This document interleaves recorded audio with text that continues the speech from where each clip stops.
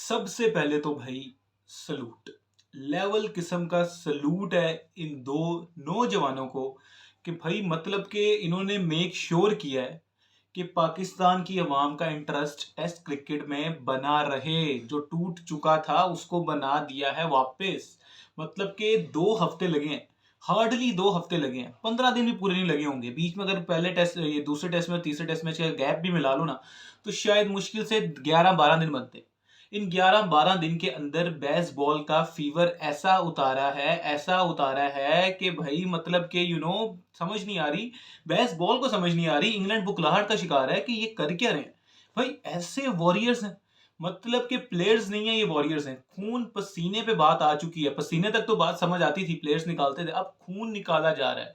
ये आप हालत चेक करो। मतलब कि ये बता रहा है कि भाई ये होता है जो फ्रंट पे नाम है ना उसके लिए खेलना, जो बैज है ना उसके लिए खेलना, ना कि पीछे अपने नाम के लिए खेलना। ये वो चीज है जो हम काफी अरसे से मिस कर रहे थे पाकिस्तान टीम के अंदर। एक क्या कहेंगे उसे, जज्बा, जज्बे की कमी लग रही थी। ये जज्बा नहीं था पाकिस्तान टीम के अंदर, जो अब इतना आ चुका है, इतना आ चुका है कि मैं माशाल्लाह माशाल्लाह मैं मतलब परेशान हूं यार। मतलब कि ऐसी परफॉर्मेंस, स्पिनर्स तो हैं ठीक है अपना काम कर रहे हैं, लेकिन बैट के साथ जिस तरह की परफॉर्मेंस दे रहे हैं, मतलब कि यार आप 177 फॉर 7 हो गए थे, आप कोई 100 रन की, कोई 80-90 रन की फर्स्ट इनिंग की लीड कंसीड करने लगे थे। आपका टेस्ट मैच हाथ से यूं जा रहा था, बैट्समैन धोखा दे चुके थे आपको।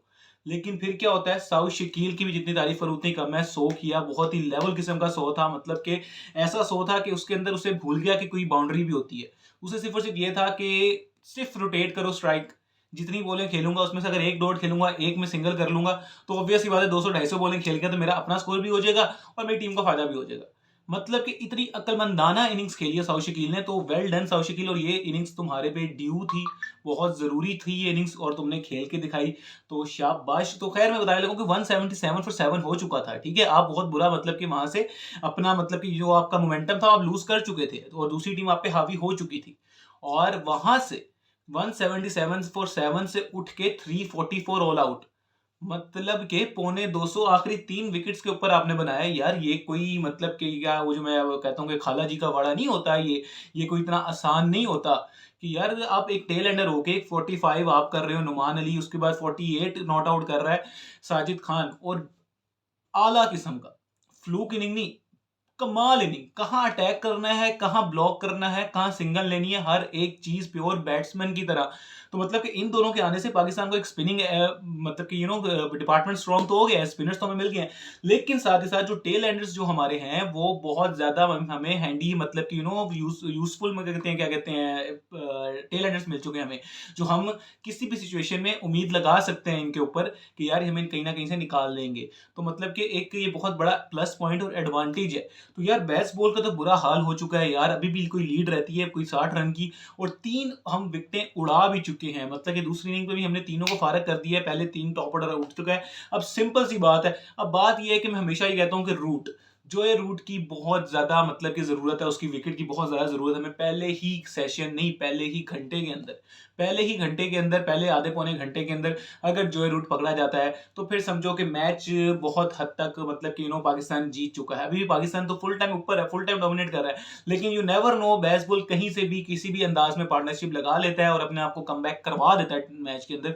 तो उसी चीज को मद्देनजर रखते हुए सिंपल सी बात यह है कि जो रूट की बहुत बड़ी विकेट है कल वो चाहिए, और हैरी ब्रुक तो वैसे ही बहुत ज्यादा प्रेशर में है, तो उस पर प्रेशर बना के रखो। और मुझे फीलिंग है कि साजिद खान एक दफा फिर आउट करेगा हैरी ब्रुक को।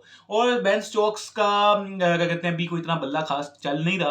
तो मतलब कि ओवरऑल अगर मैं बात करूं तो इंग्लैंड की टीम इस टाइम अंडर द मतलब पंप यार, अंडर द पंप है फुल टाइम। मतलब उन्हें समझ नहीं आ रही कि हमारे साथ हो क्या रहा है, कि स्पिन का जादू हम क्यों नहीं तोड़ क्यों नहीं कर पा रहे इस जादू का, क्योंकि उनके पास वाकई कोई जवाब नहीं है। अब उनके पास एक ही जवाब है कि वो आएंगे और वो जिस तरह जेमी स्मिथ और एटकिंसन ने पार्टनरशिप लगाई थी पहली इनिंग में, वो इसी तरह आके बल्ले चलाएंगे कि चलो जितना भी है, हम जितना भी पहले जल्दी जल्दी स्कोर उतारें, और उसके बाद एटलीस्ट अगर हम 150 तक भी कुछ कर दें तो कुछ हमारे पास लड़ने के लिए होगा। क्योंकि पिच अब हो चुका है बहुत ज्यादा मुश्किल, एनीथिंग ओवर 200 बहुत मुश्किल होगा चौथी इनिंग में चेस करना। तो ये चीज पाकिस्तान ने ज़हन में रखनी है, बिल्कुल भी हल्के नहीं होना। अभी भी बहुत कुछ पड़ा है इस टेस्ट मैच के अंदर करने के लिए। 7 विकेट्स जितनी जल्दी हम गिरा सकते हैं हमने उतनी जल्दी गिरानी है, ताकि कम से कम अराउंड 100-120 हमारा टोटल हमें मिले। इससे ज़्यादा टारगेट हमें नहीं चाहिए, इससे ज़्यादा टारगेट हम अफोर्ड नहीं कर सकते। तो यार एनीवेज वेल डन यार साजिद एंड नुमान।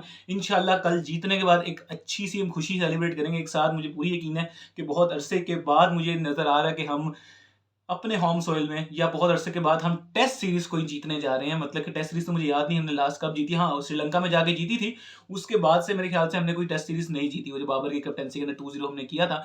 लेकिन उसके अलावा कोई टेस्ट सीरीज हम नहीं जीते हुए, और ऊपर से होम के अंदर तो 3 साल से नहीं जीते हुए। तो इंशाल्लाह उम्मीद है कि कल ये जिंक्स टूटेगा और कल पाकिस्तान ये लाजमी, और ये कल मुझे रैप होता हुआ नजर आ रहा है, ये कल ही टेस्ट मैच खत्म हो जाएगा। टेस्ट मैच इससे आगे जाने वाला नहीं है। तो जी लेट्स सी कि अब कल क्या होता है क्या नहीं। एनीवेज एक दफा फिर सलूट एंड में जाते जाते मार दूंगा इन दो अजीम हस्तियों को, साजिद और नौमी में तो पहले ही कहा था इनके नाम पे कोई क्या कहते हैं सोसाइटी या एटलीस्ट कोई चौक या कोई स्टैचू तो बनाना लाजमी हो चुका है। मतलब कि यार ये प्लेयर्स नहीं है, ये वॉरियर्स है, ये सीरियसली वॉरियर्स। ऐसा एटीट्यूड मतलब कि बहुत अरसे से मिसिंग था यार। ये वो एटीट्यूड है जो मुझे लग रहा है जो स्पिनर्स का, मतलब कि शोएब अख्तर नहीं है, ये वो है स्पिनर्स का शोएब अख्तर। हमारे पास से कोई आ गया जो पहले शोएब अख्तर होता था, अभी वैसा एक स्पिनर्स का शोएब अख्तर उठ के आ गया। तो वेल डन पाकिस्तान टीम। और अभी भी बहुत कुछ पड़ा है, जैसे मैंने पहले कहा कि अभी बहुत लड़ाई बाकी है हमारी। अभी हमने जीतना है, जीत से मतलब कि हमने बिल्कुल भी इजी नहीं होना जीतने से पहले। तो ये अपने ज़हन में रखो। मेरे चैनल को सब्सक्राइब कर लो, आप लोग भी बिल्कुल भी इजी ना हुआ करो बगैर उसके, मतलब सब्सक्राइब की वीडियो देखते हो तो ये जो चीज़ बहुत गलत है। सब्सक्राइब लाजमी कर लो। इंशाल्लाह मिलेंगे नेक्स्ट वीडियो। अपना ख्याल रखो, अपने घर वालों का रखो, अपने आस पास का रखो। भाई को दुआ में लाजमी याद रखा करो प्लीज। अल्लाह हाफिज।